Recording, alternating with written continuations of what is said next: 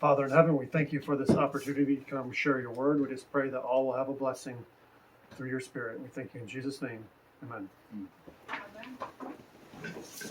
Okay, welcome to lesson 7. I've titled this The Rise of the Papal Antichrist, papal being the government of the papacy, government of the Catholic Church, and run by the Pope.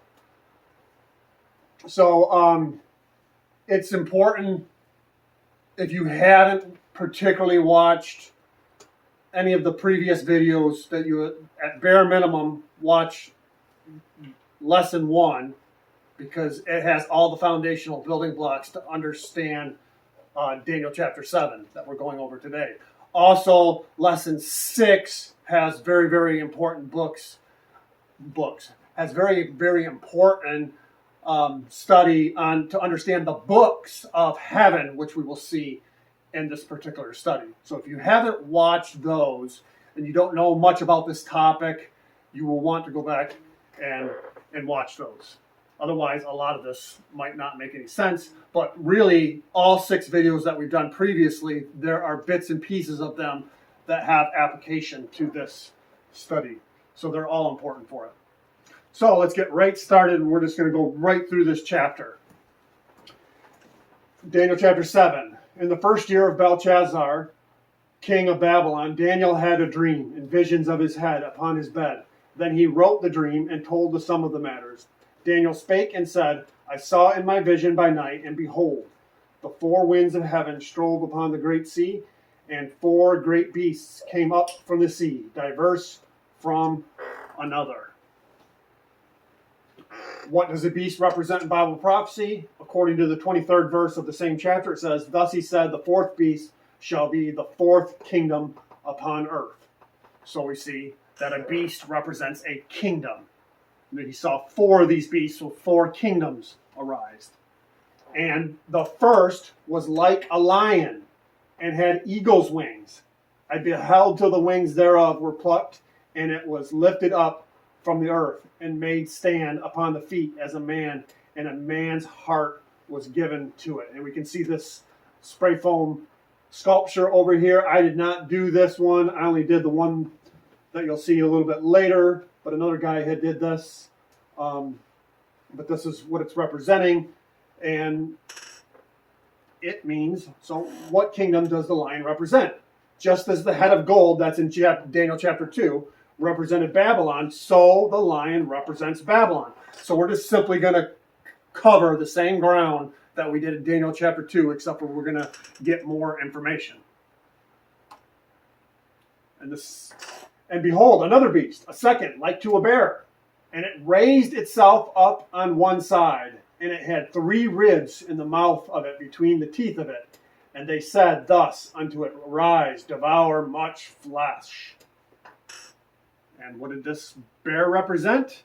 Which kingdom did it represent? We see in Daniel 8, Then I lifted up my eyes, and I saw, and behold, there stood before the river a ram, which had 2 horns, and the 2 horns were high, but one was higher than the other, and the higher came up last.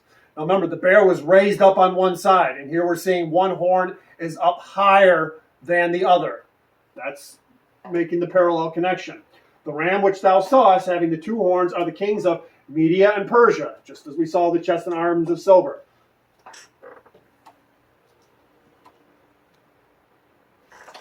After this I beheld, and lo, another, like a leopard, which had upon the back of it 4 wings of a fowl. The beast had also 4 heads, and dominion was given to it. So, what does this leopard represent? What kingdom? Okay, therefore, and again, this is in Daniel chapter 8, therefore the he-goat waxed very great, and when he was strong, the great horn was broken, and for it came up 4 notable ones toward the 4 winds of heaven. And the rough goat is the king of Grecia, and the great horn that is between his eyes is the first king. That was Alexander the Great. Now, that being broken, whereas 4 stood up for it, 4 kingdoms shall stand up out of the nation, but not in his power. So again, we're seeing this parallel. The parallel between Daniel 2, Daniel 7, Daniel 8. And we're up to the kingdom of Grecia. And here's a map So it says, in 301 BC, the Greek Empire, after some years of battle, and this is after the death of Alexander the Great, by the way, settled into 4 kingdoms. Cassander was the ruler of Macedon. This is up here in the pink. Lysimachus was the ruler of Thrace and what we would call Western Turkey. This is this orange or yellowish area right here. Seleucus ruled Syria, Babylon, and Persia. That's this area right in here, this large area. And Ptolemy ruled Egypt, Judah, Israel. So this greenish area right here. So those were the 4 principal areas that were settled in 301 BC of the Greek Empire. After this, I saw in the night visions, and behold, a 4th beast, dreadful and terrible, exceedingly strong. It had huge iron teeth, and it was devouring and breaking in pieces and trampling the residue with its feet. It was different from all the beasts that were before it, and it had 10 horns. I was considering the horns, and there was another horn, a little one, coming up among them, before whom 3 of the first horns were plucked out by the roots. And there in this horn were eyes like the eyes of a man, and a mouth speaking great things. Okay, so here's the beast that I had made, and it represents the Roman Empire. What kingdom? Roman Empire. Legs of iron, Rome, and then the 10 horns come about when Rome becomes divided. We talked about that in Daniel chapter 2, that there would be a divided kingdom, and this took place in 476 AD at the fall of the Western Roman Empire. And this is a map of what it would look, of those 10 horns, of what it would look like. You still got over here the Eastern Roman Empire is still there. This is Catholic. Everything else was pagan or Arian, primarily Arian. And in the prophecy, there are 3 horns that are plucked up by the roots. Those kingdoms in order are, sometimes we call this the Heruli, but it was ruled by Odoacer. Sometimes you'll see Odovaker. There's different, it's spelled out differently depending on what source you're reading. But this is the first one that gets uprooted. The kingdom of the Vandals down here, they get uprooted, and the Ostrogoths eventually, they're the 3rd one, and they eventually take over all of this right here. So they were by far the most dominant, and they get uprooted too. The rest of these, basically, for the most part, most of this stuff is going to become parts of modern day Europe. Or at least a lot of it will. Okay, verse 9, I beheld till. So what's important here to understand is he beheld. He was watching the beast, the 4th beast, with the 10 horns and the little horn. And it's ruling and it's trampling the ground. That's what he's watching. He's watching that. So he's watching sometime in the Middle Ages. Keep that in mind. He's watching this beast in its conquering mode with the little horn during the Middle Ages. That's when he's watching. And he's watching till the thrones were cast down. That means set up. The idea of cast down here is not to be destroyed in this particular context. These thrones are being set up. Thrones were set up, and the Ancient of Days did sit. That's God the Father, whose garment was white as snow, and the hair of his head like pure wool. And his throne was like a fiery flame, and his wheels as a burning fire. A fiery stream issued and came forth from before him. Thousands ministered unto him, and 10,000 times 10,000 stood before him. The judgment was set, and the books were opened. Now, this is where lesson 6 becomes important. If you've seen lesson 6, this makes really good sense. You realize you have the book of life in here.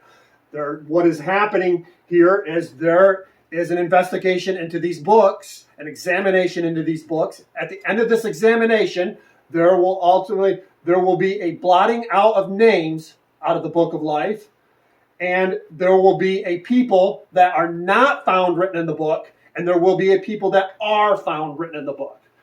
And ultimately, a verdict will be given in behalf of those people, we'll see. And so we're going to see this happening multiple times in this particular prophecy. So the judgment is set and the books were opened. And we're going to be going over more on this in future lessons.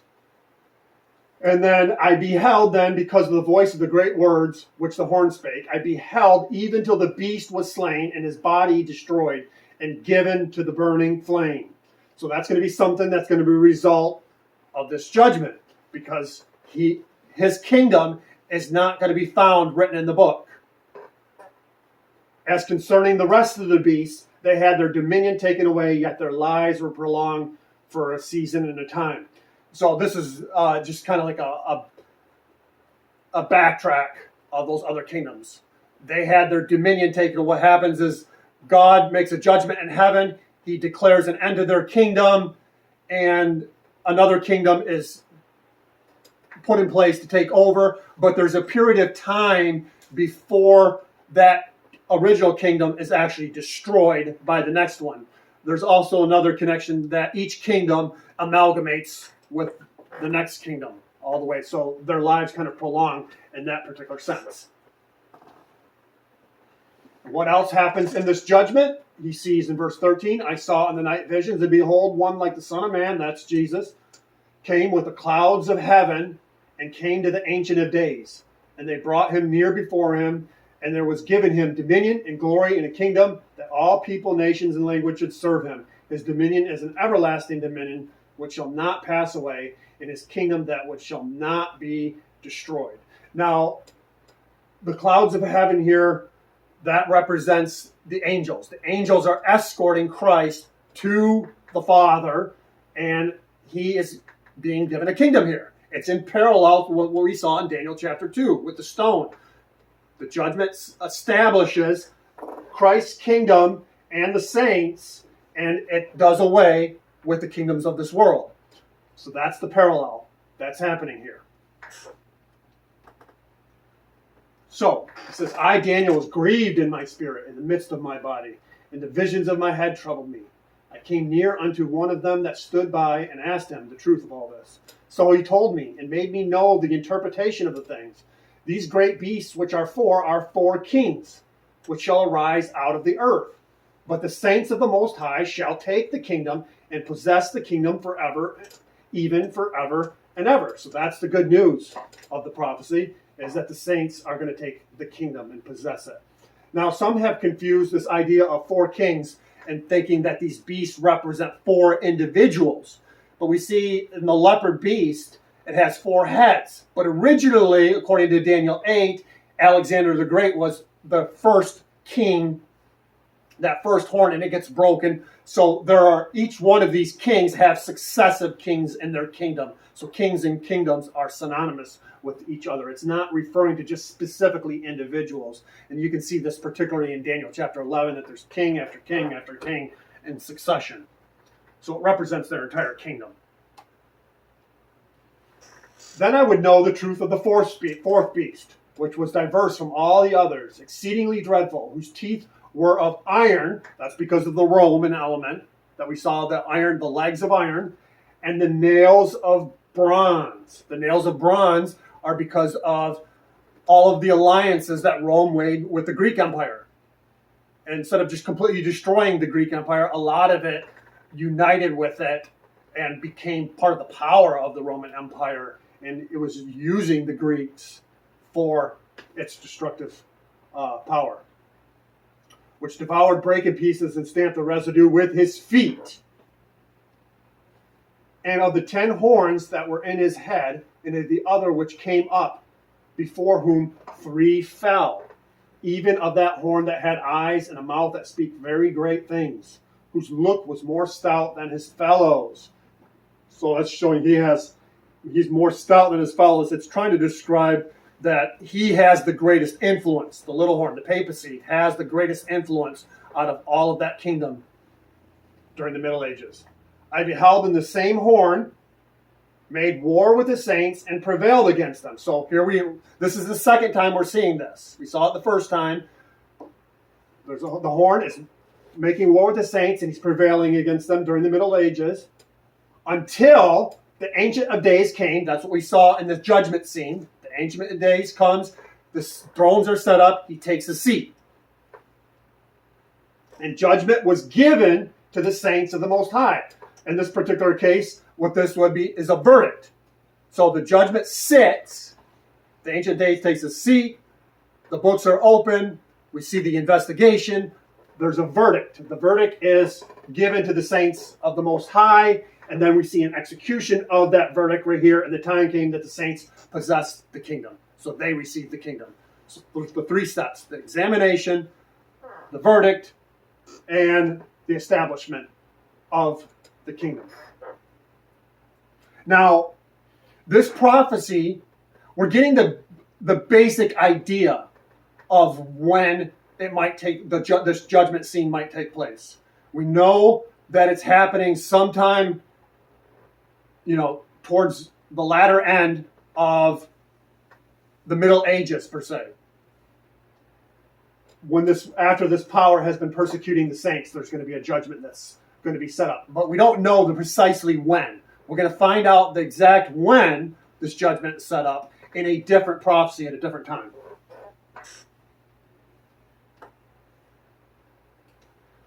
Thus he said, the fourth beast shall be the fourth kingdom upon earth, which shall be diverse from all kingdoms, and shall devour the whole earth, and shall tread it down, and break it in pieces.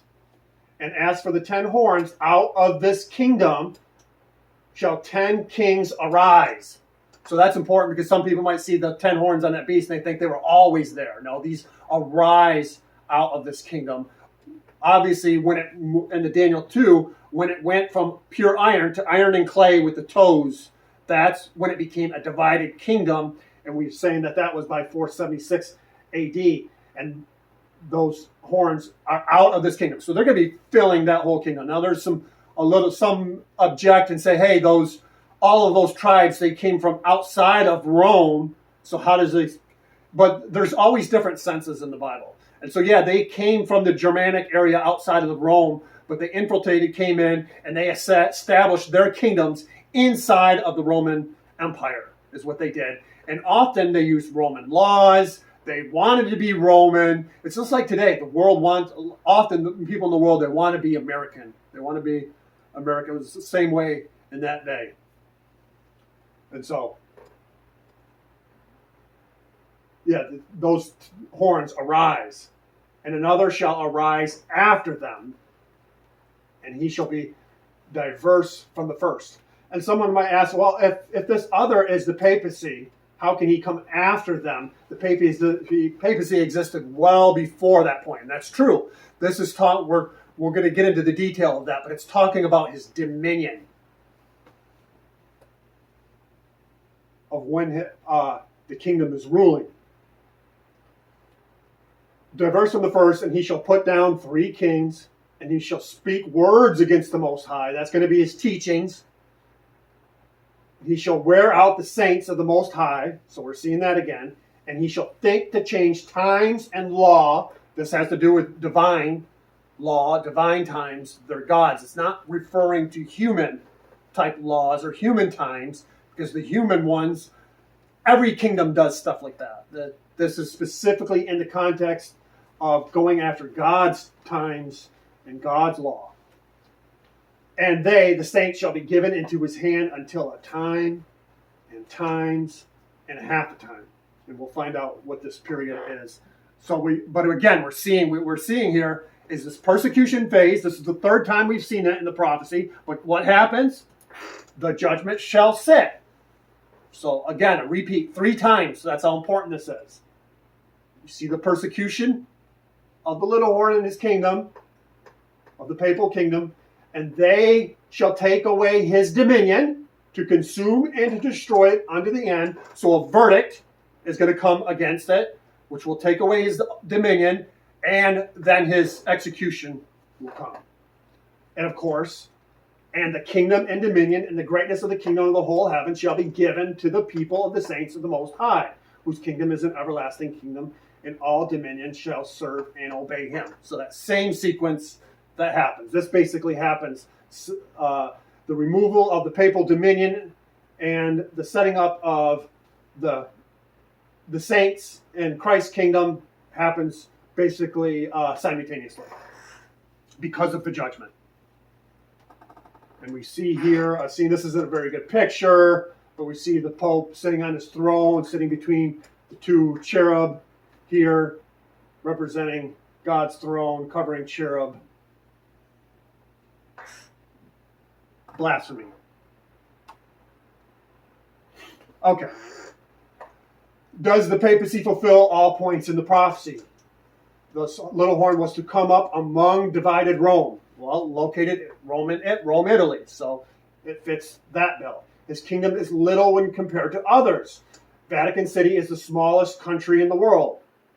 It was also a time when it was the Papal States. It was a little bit bigger than it is now. They don't have the Papal States anymore, though. A prominent man is behind the horn, more stout than his fellows. The Pope is the central figure of the papacy, and the Catholic Church had great influence over the divided kingdoms.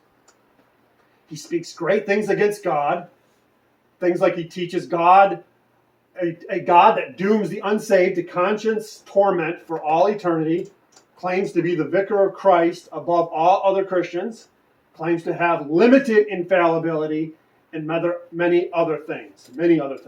Now, I put in there limited infallibility because a lot of people misunderstand papal infallibility. We're not going to go into any particular detail here in this, but it is important to often the papacy and the Catholic Church is misrepresented when it comes to the Pope's infallibility, and people will often represent it as the Pope is just infallible in everything that he does, and it's far more nuanced than that. And I spent a lot of time watching a lot of Catholic YouTubers. There's a lot of very intelligent Catholic YouTubers, and if you want to understand what they believe, you can easily find those particular sources on YouTube. I've been benefited to help my nuance and my study to understand, okay, let me fix this, let me fix that. I don't want to be trying to misrepresent them or anything like that, and they can portray what they believe far better than I can. So you can always learn from them what their actual views are on some of these things. You might have some difficulty finding stuff about these prophecies. I haven't been able to really find much on particular Daniel chapter 7 and many of the other prophecies. They don't really speak on it much, but maybe you can find it. I haven't been able to. So he comes to power after Rome is divided. The Pope's dominion was established sometime after 476 AD, precisely 538 AD, and we'll go into the detail of that fairly soon here.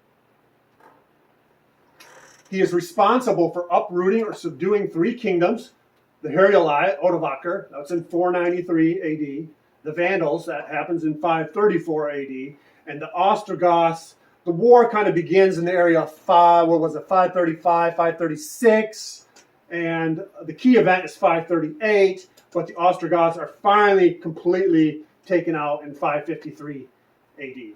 So those are the 3 that are uprooted, and we're going to see why, what's the significance of that.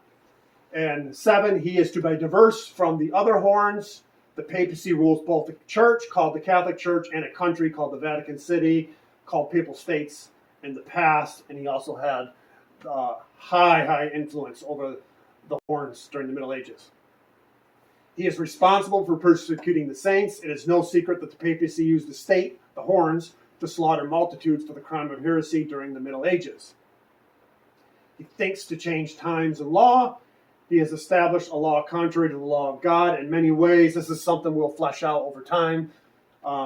There's an aspect of this we're not going to go over today. We'll go over that in the next lesson because I can't quite fit it all in this one. He also authored preterism and futurism as alternatives to historicism. This was part of the Counter-Reformation because the Protestants were using historicism, which we're going over today. Not in every single detail they didn't understand because there's a development there, but they were using these prophecies to portray the papacy as the Antichrist. And they put forth the view of preterism and futurism, moving the prophecies to usually around 70 AD, the first century. That way the Pope was not the Antichrist. Or futurism, moving the prophecies right to the very end of the world, so again, you don't see the Pope as the Antichrist. That was the purpose of one of the purposes in the Counter-Reformation, and it worked very well. His dominion over the saints would last for a time, times, and a dividing time. The dominion of papal Christian nationalism was for 1,260 years. So now we're going to go into this part to understand how do we get 1,260 years out of this time, times, and a dividing of time. And it's this same time period. It's explained in a few different ways. Here it's in Revelation it's explained, and it was given unto him a mouth speaking great things and blasphemies, and power was given unto him to continue 42 months.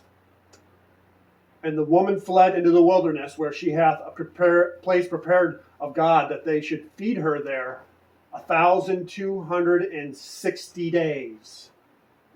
So we see these. It's explained in three different ways.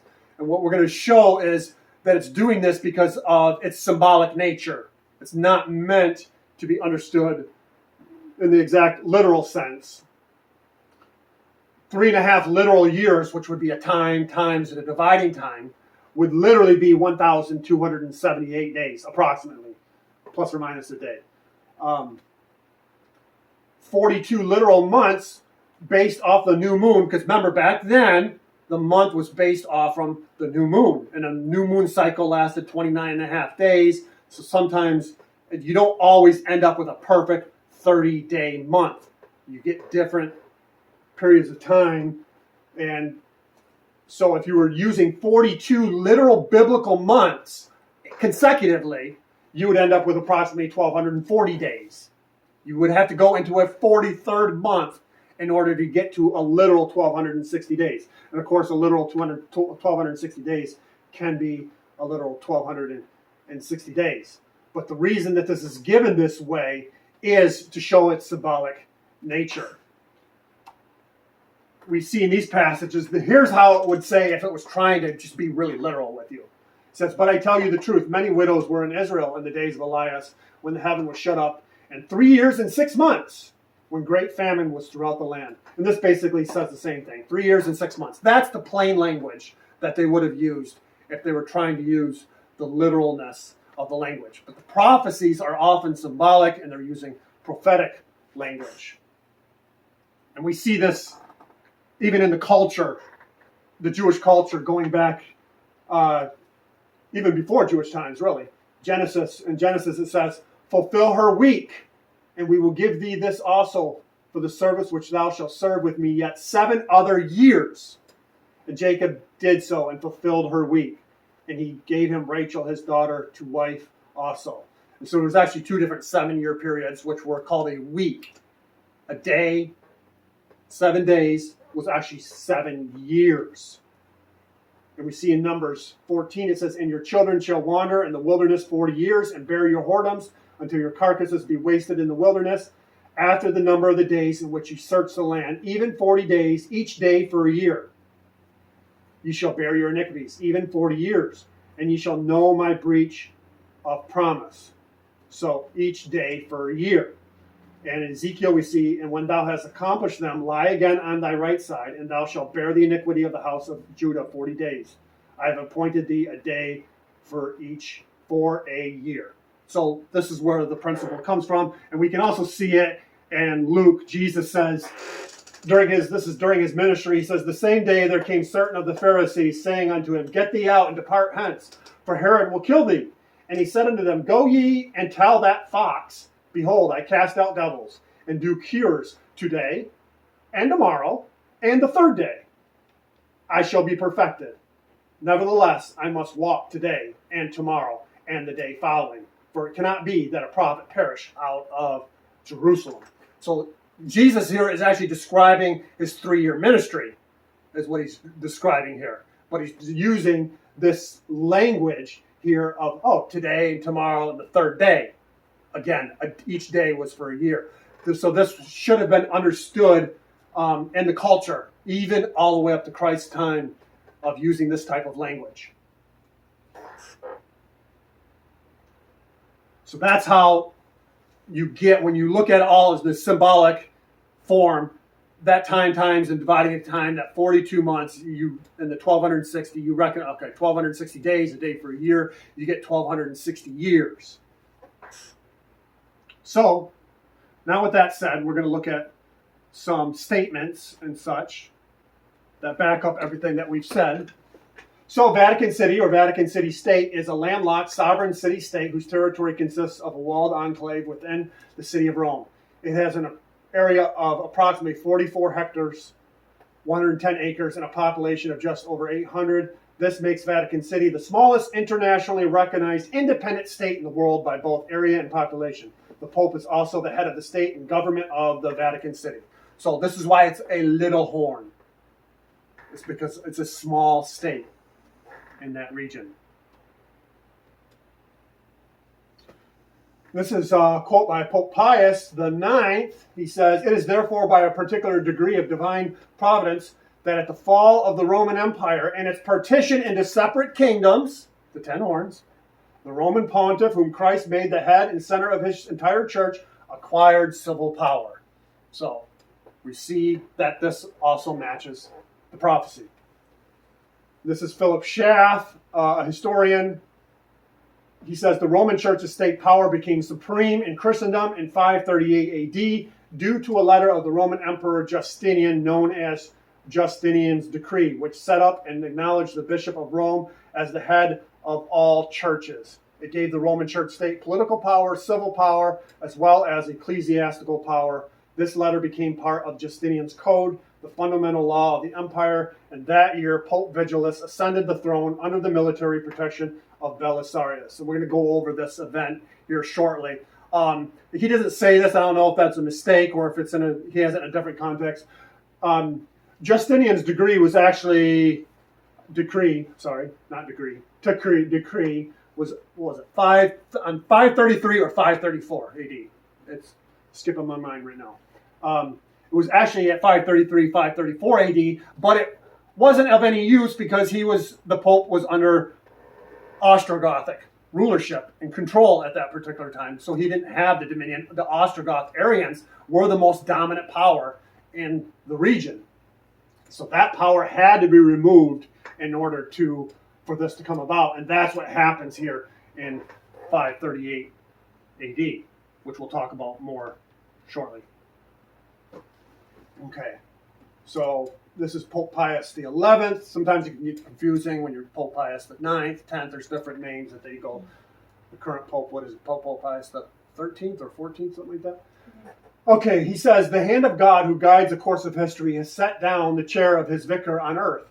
In the city of Rome, which from being the capital of the wonderful Roman Empire was made by him the capital of the whole world, because they made it the seat of sovereignty, which since it extends beyond the confines of nations and states, embraces within itself all the peoples of the whole world. The very origin and divine nature of this sovereignty demands the inviolable rights of conscience of millions of the faithful of the whole world, demand that this sacred sovereignty must not be, neither must it ever appear to be, subject to any human authority or law whatsoever, even though that law be one which proclaims certain guarantees for the liberty of the Roman pontiff." So here we see him talking about his sovereignty in Rome as Christ's vicar, and they believe that God had established that. He speaks great words against the Most High. A couple Catholic sources here. "The Pope is of so great dignity and so exalted that he is not a mere man, but as it were God and the vicar of God. We see we hold upon this earth the place of God Almighty." Okay, so something needs to be said here, because if you read these really, really literally, you would assume that Catholics literally believe the Pope is God, and that really would be a misrepresentation. It has more to do with the authority and the prerogatives as the vicar that he's given to him. They don't really believe, in the highest literal sense, that the Pope is a god in that particular sense. So we don't want to misrepresent that. But nevertheless, what their understanding of the position, we believe to be a form of blasphemy and speaking great words against the Most High. And again, you can check out Catholic sources for details of how they nuance that particular understanding. I just don't want anybody to read this and think that we're trying to say, hey, Catholics believe Pope is a god in the very highest sense. It's not quite like that. There's more nuance to it than that. Okay.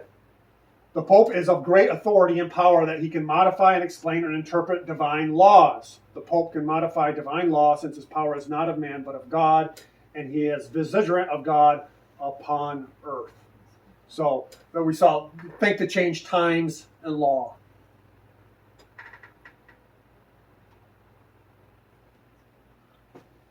Okay. So this, one of the aspects of the changing of the times has to do with those prophetic times, the school of futurism and preterism. And we see here in this quote, and there's actually numerous of them, you can find lots of these online.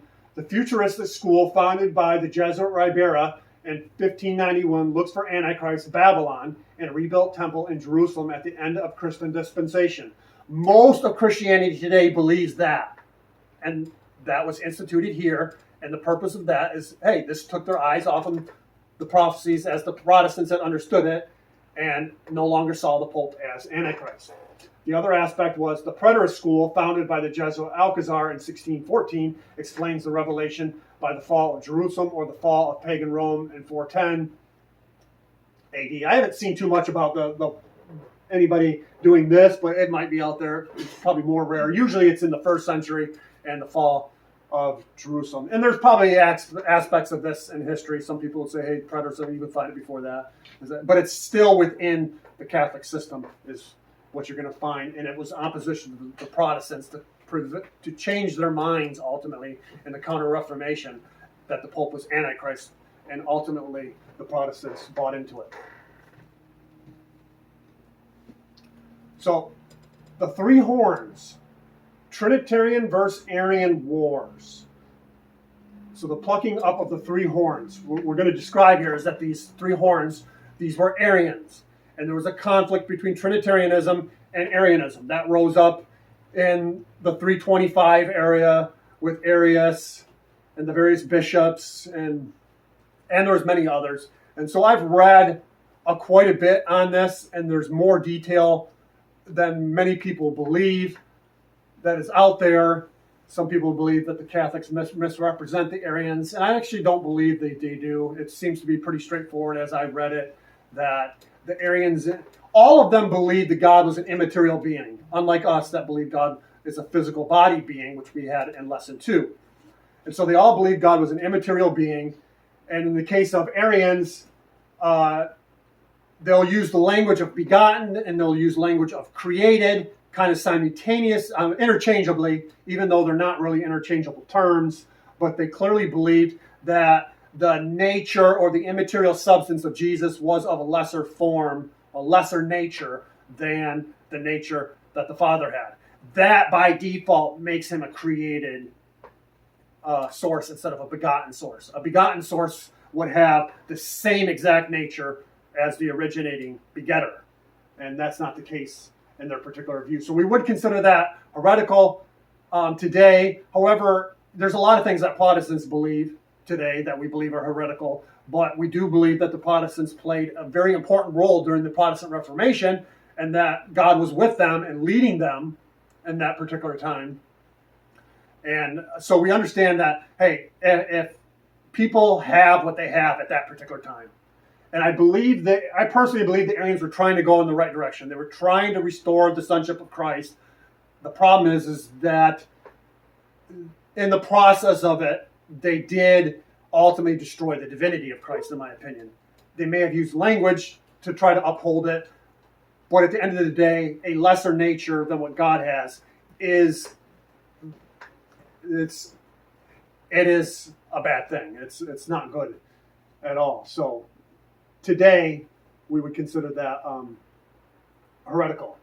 Where the Trinitarian side is preserving the divinity of Christ, but destroying the sonship of Christ by not having a beginning for him. And you can study what they believe, but the simple fact of what I'm just trying to explain here is the Trinitarian idea portrays Jesus as having no beginning, and therefore that is in conflict with his sonship.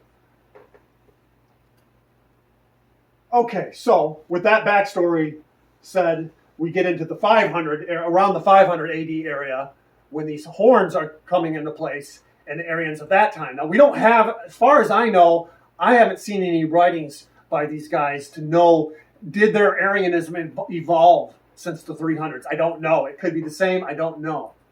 But nevertheless, we're going to go over this conflict of Trinitarians and Arian wars.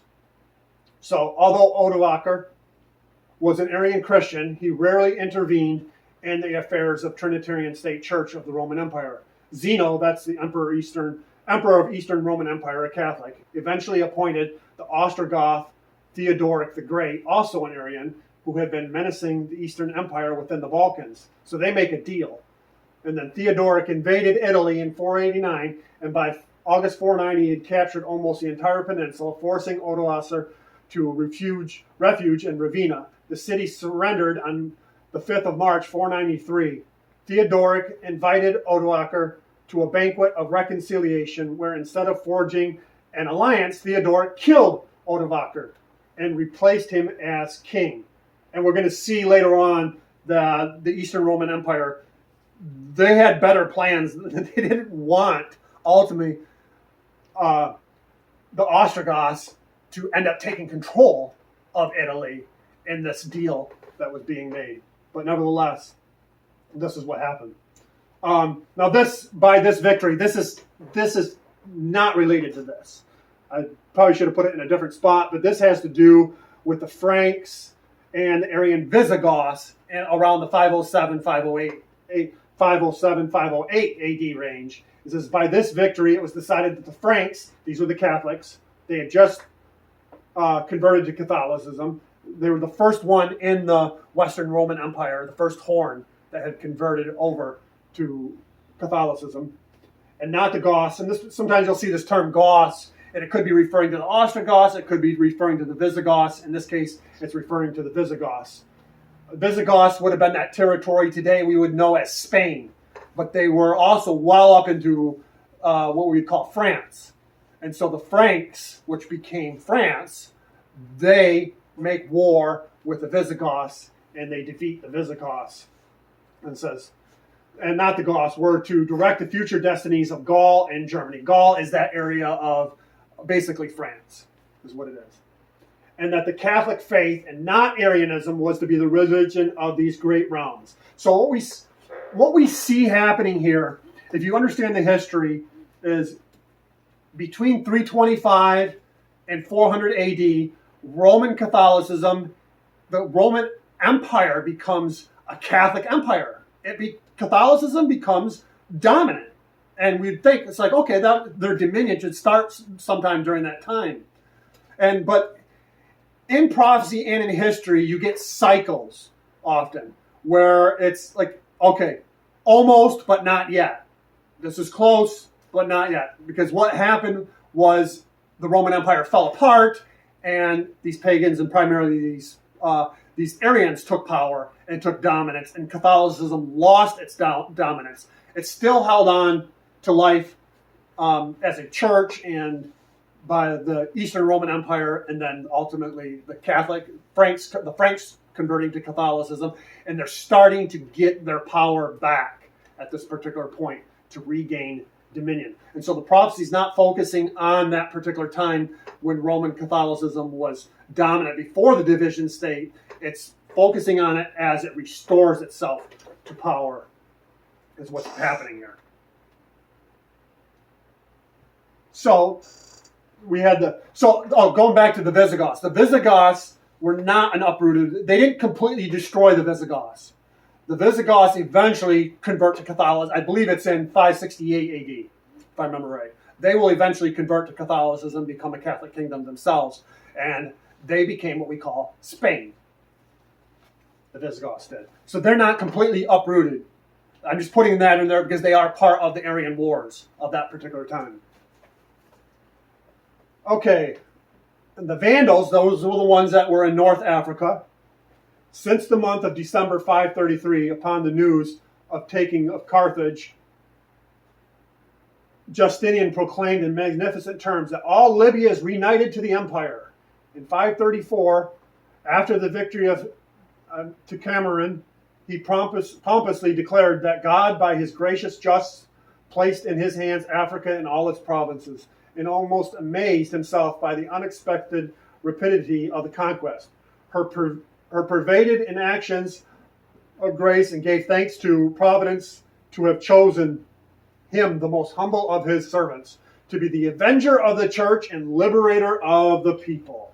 So they're seeing this as an avenger of the church because of what happened, the dividing of the kingdom, and these Arians coming in and taking over.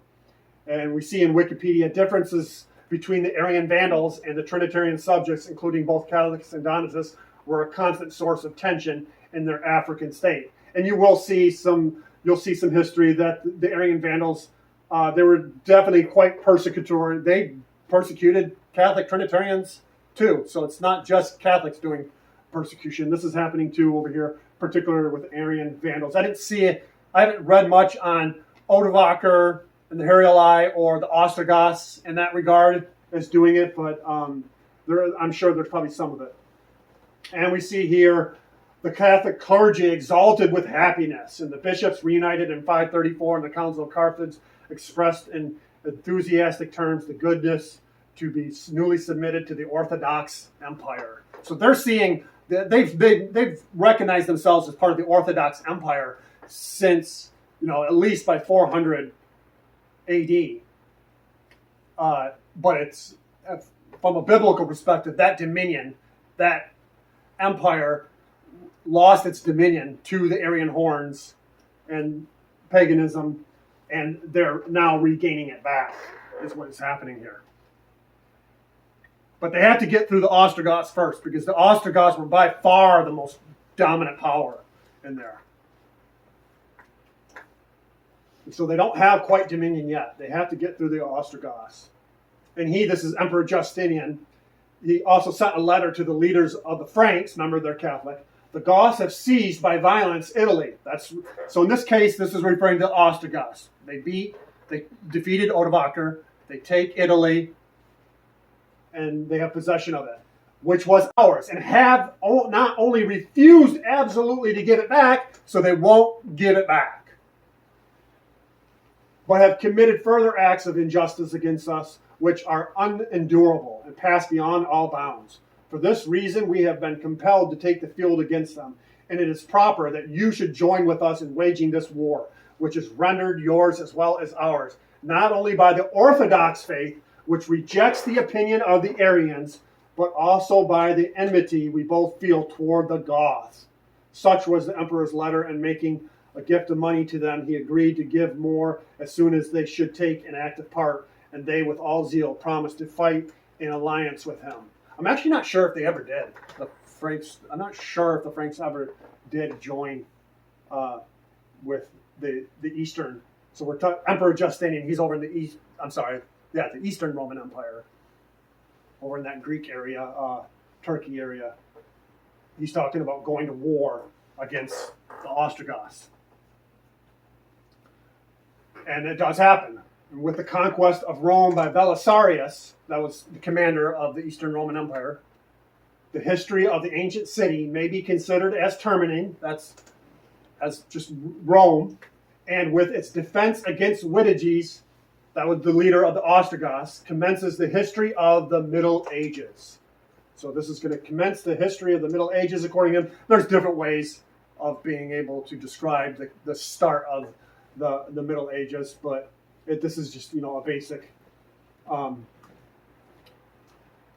idea. So this particular battle here in Rome, Belisarius, when they invade Italy, they're coming up north through Italy, and eventually they get to Rome, and Witiges, it's probably pronounced Witiges, probably Witiges because it's German, but he abandons Rome, vacates it, and the Eastern Roman Empire goes right on in. But he brings back a force, and he sieges Rome. And so this sets the stage between these two great powers, which this event here is going to be a culminating influence of which one is going to get the dominance. If the Ostrogoths win this and fight back and defeat these guys, the Eastern Roman Empire, it's likely that Catholicism never ever gains dominion. But ultimately, the Eastern Roman Empire, Belisarius, do get the victory over Witiges in this battle, and that victory comes in March of 538 AD. They get that victory, and this is the turning point because it transitions everything to now we have Roman Catholic dominance once again. The Ostrogoths are basically going to be, they're going to make a recovery. Let's go ahead and read this first. So in 551, because they're not completely destroyed here, but in 551, the Roman navy destroyed Totila's fleet, and Totila becomes the new leader, ultimately, of the Ostrogoths. And he really does a really good job at beating back the Eastern Roman Empire to a degree. But they go back and forth, and ultimately, the Ostrogoths begin to falter, and in 552, an overwhelming Byzantine force under Narses entered into Italy from the north. Attempting to surprise the invading Byzantines, Totila gambled with his forces at Tagaina, I don't know how to pronounce that, where he was slain. Broken but not yet defeated, the Ostrogoths made one final stand at Campania under a chief named Tia, but when he was also killed in battle at Nuceria, they finally capitulated. So the Ostrogoths get completely uprooted, and they don't have a kingdom to this day because of this battle. But the turning point was that 538 point to where Catholics now have the dominion once again. So this is why we start the dominion where everything's given into the papal hand, because they have the most dominant power, and over time the rest of the horns are going to convert themselves over to Catholicism because they're the most dominant force in the region. So that's 538. 1,260 years later would take us to 1798. And in 1798, during the French Revolutionary Wars, French troops under Louis Alexander Berthier invaded Rome and captured Pope Pius VI, taking him as a prisoner to France, where he died in 1799. And we also see the Roman Republic was a sister. So he sets up a Roman Republic, is what he does. You had the Papal States. They were under papal dominion, and he sets up a republic. Was a sister republic of the first French Republic that existed from 1798 to 1799. It was proclaimed on February 15th, 1798, after Louis Alexandre Berthier, a general of the French Revolutionary Army, had occupied the city of Rome on 11th of February. It was led by a directory of 5 men and comprised territory conquered from the Papal States. The Roman Republic immediately incorporated 2 other formal papal revolutionary administrations, the Tiberina Republic and the Anconine Republic. It proved short-lived as Neapolitan troops restored the Papal States in October 1798. So how does it often we miss the nuance on this, and the event here of the capture of the Pope is not the most significant point in this event. The Pope had been captured. There were other times the Pope went into captivity, but there are multiple things that are happening here. For the past 200 years up to this point, you've got the Protestant Reformation is happening. That's chipping away at papal dominion. Kingdoms like England are become Anglican, the Anglican Church. Germany, they're losing dominion to Germany, to the Protestant forces. And so they're beginning to lose dominion. Here is where they actually lose that final aspect of their dominion, when the French come in and do this. So this ends the dominance that they had during that particular time. And ultimately, from this point, secularism and atheism begin to rise. And today, that's what we see in Europe, is a secular-dominated atheistic kingdom. We don't see a papal-dominated kingdom. And we will see more why that is when we get to the book of Revelation. And there are some things that it talks about in there, because right now the papacy does not have the dominion that it had during the Middle Ages, but it is prophesied to return, which we will see when we get to the book of Revelation. So we're getting close. So this judicial authority will even include the power to forgive sins. Okay, it's well known the Catholic priesthood and their forgiveness. Protestants reject that idea and believe that's a. So what we're describing here is prerogatives that we believe belong to God that are being usurped by this power. In the Catholic Catechism, I'm not going to read this whole thing, but you'll see that the law against making any graven image and idols is taken out, and the 10th commandment is split in two to thou shalt not covet thy neighbor's wife, and thou shalt not covet anything that belongs to your neighbor, when this should all be one, and that one is removed. Now, again, this is one of those things that takes a little bit of nuance, because if you open up your Bible and you were talking to an educated Catholic teacher and asked them, hey, what, in Exodus 20 and in Deuteronomy 5, why don't you guys have this in there? Are they going to object to those verses and say, oh, no, those verses are false? No, they're not going to say they object to those verses. And their understanding, the idolatry command is going to be included in this particular concept of you shall have no other gods, because idols and gods are often connected. And so they have my point here is they have their particular reason. I don't believe it's correct. And it definitely looks very fishy and suspect. But again, you can look at their sources to see why they have a different understanding of what idolatry is. And so I agree with the majority of Protestants that there's an idolatry problem in Catholicism, but they have their perspective on it too. So you'd have to check that out. I'm not going to go into it for them. Okay, so we're going to finish this up. What were the beliefs of the Protestant reformers on this issue? Martin Luther says, proved by the revelations of Daniel and St. John, that's what we're going over, Daniel, and we will eventually go over Revelation, that's what he's referring to, St. John, by the epistles of St. Paul, St. Peter, and St. Jude, the reign of Antichrist predicted and described in the Bible was the papacy. And all the people did say amen. A holy terror seized their souls. It was Antichrist whom they beheld seated on the pontifical throne. This new idea, which derived greater strength from the prophetic descriptions launched forth by Luther into the midst of his contemporaries, inflicted the most terrible blow on Rome. Hence, that's why they came up with preterism and futurism.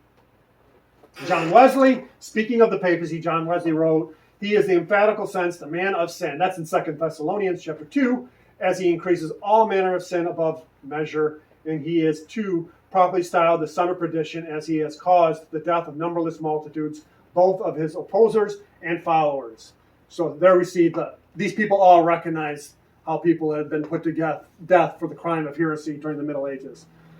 He it is that exalted himself above all that is called God or that is worshipped, claiming the highest power and the highest honor, claiming the prerogatives which belong to God alone. So that's John Wesley. He would be a Methodist, the Methodist Church. But again, none of these churches, like the Lutheran Church, you're not going to see them preaching today that the Pope is Antichrist. You're not going to see the Methodist Church teaching that the Pope is Antichrist anymore. These are all been given up nowadays.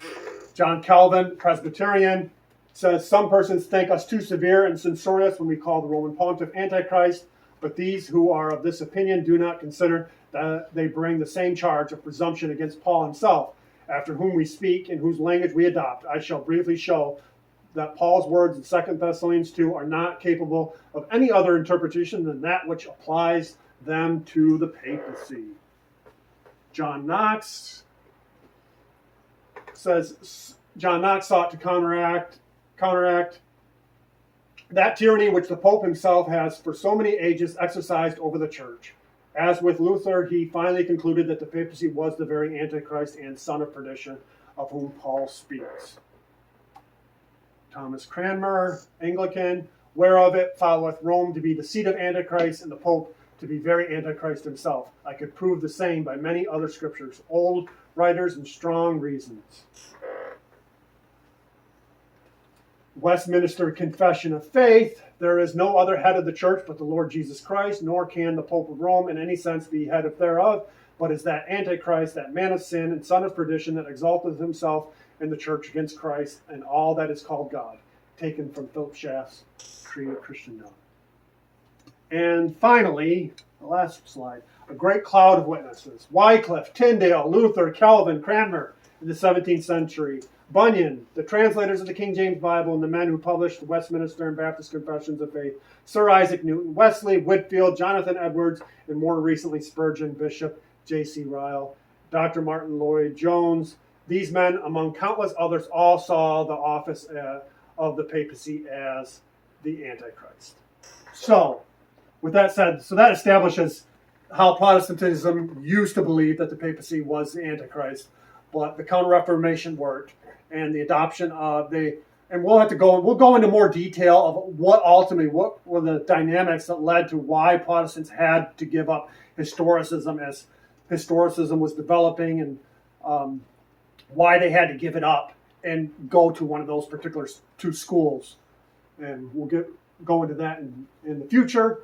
But that is going to conclude the end of this particular lesson, and we will have kind of a part 2 in this where we get into more about changing the times and law in the next lesson. So God bless.